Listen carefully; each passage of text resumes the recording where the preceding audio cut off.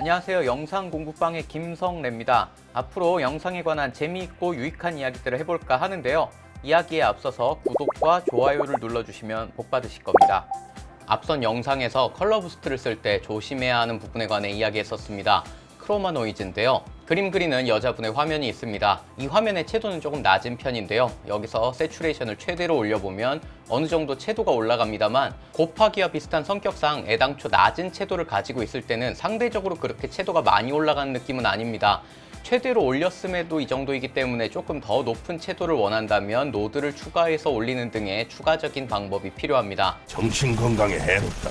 반면 이 상태에서 채도가 아닌 컬러 부스트를 올리면 좀 더 화면의 채도가 풍부해지는 듯한 느낌을 볼 수 있습니다. 여기서 조심하셔야 되는 부분은 채도가 낮은 부분인데요. 조금 더 확대해서 보겠습니다.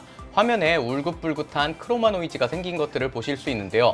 어두운 부분을 강제로 밝히면 노이즈가 생기는 것처럼 채도가 낮은 부분의 채도를 억지로 끌어올리면 크로마 노이즈가 생기게 됩니다. 이런 이유로 채도가 낮은 부분이 많을 때는 컬러 부스트 쓰는 것들을 조금 조심하셔야 됩니다. 그렇다고 이 부분이 무서워서 마냥 쓰지 않는 것이 좋은 방법은 아닐 겁니다. 해결하는 방법들도 같이 알고 있는 것이 좋겠죠. 전 시련을 맞이할 준비가 됐습니다. 먼저 생각해 볼 방법은 노이즈 리덕션입니다. 노이즈 리덕션 기능을 보시면 YUV 영상에서 이야기했었던 휘도와 색차 정보, 즉 루마와 크로마로 나뉘어 있는 것들을 보실 수 있는데요. 스페이셜 노이즈 리덕션에 크로마 값을 올려주면 노이즈가 어느 정도 사라지는 것들을 보실 수가 있습니다. 전후 대비하면 사라지는 것들을 보실 수가 있죠. 노이즈 리덕션을 한다는 것 자체가 화면이 가진 정보의 손실을 의미하기도 합니다만 색차 정보는 휘도 정보보다 민감도가 떨어지기 때문에 정보의 손실이 상대적으로 도드라지지 않습니다. 물론 과하게 사용하면 정보의 손실이 당연히 생기기 때문에 조심스럽게 사용해야 합니다. 실제로 전후를 비교해보면 이미지의 특정 부분들의 디테일들이 좀 약해지는 것들을 보실 수가 있습니다. 어쨌든 채도가 낮음에도 컬러 부스트를 써야 한다면 크로마 노이즈 리덕션과 적절하게 사용해 볼 수 있습니다. 다만 이 방식의 단점이 하나 있는데요. 유료 버전에서만 쓸 수 있다는 점이죠. 이것이 궁극의 현실이에요. 하지만 무료 버전을 쓰는 분들 역시 이런 부분을 해결하는 방법이 있는데요. 크로마 블러라는 방법입니다. 이름이 꽤 직관적이죠. 말 그대로 크로마, 색차 신호에 블러를 주는 방식입니다. 블러는 흐릿하게 만든다는 의미가 있습니다. 우리가 궁금한 건 여기서 흐릿하게 만드는 방법인데요. 나중에 조금 더 자세하게 이야기해 보겠지만 기본적으로 블러의 수식은 평균 내기와 같은 방식으로 볼 수 있습니다.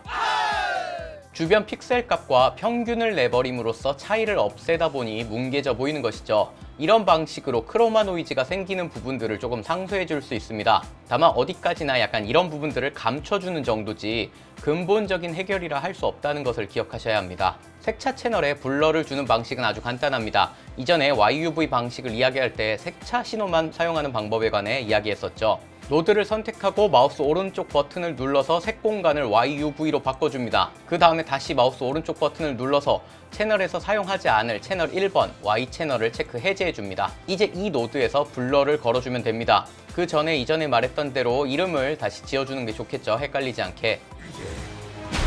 너희는 준비가 됐다.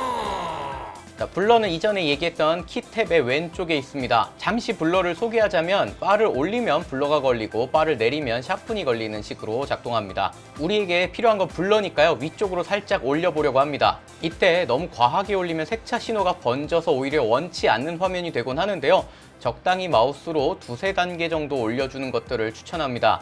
전후를 비교해보면 크로마 노이즈가 줄어든 것을 확인해 보실 수가 있습니다. 이렇게 해놓고 뒤에 있는 노드에서 키잉을 해보면 크로마 블러를 앞에서 걸어줬을 때가 훨씬 더 부드럽게 범위가 잡히는 것들을 보실 수 있는데요. 이런 점 때문에 크로마 블러에 관한 오해를 하고 계신 분들이 있습니다. 앞서서도 말했지만 이 방식은 근본적인 해결을 한 게 아닙니다. 크로마 블러가 크로마 서브 샘플링이 낮아도 키잉을 잘 할 수 있게 해주는 방식으로 보는 것은 무리가 있습니다. 헛소리 하지마 임마.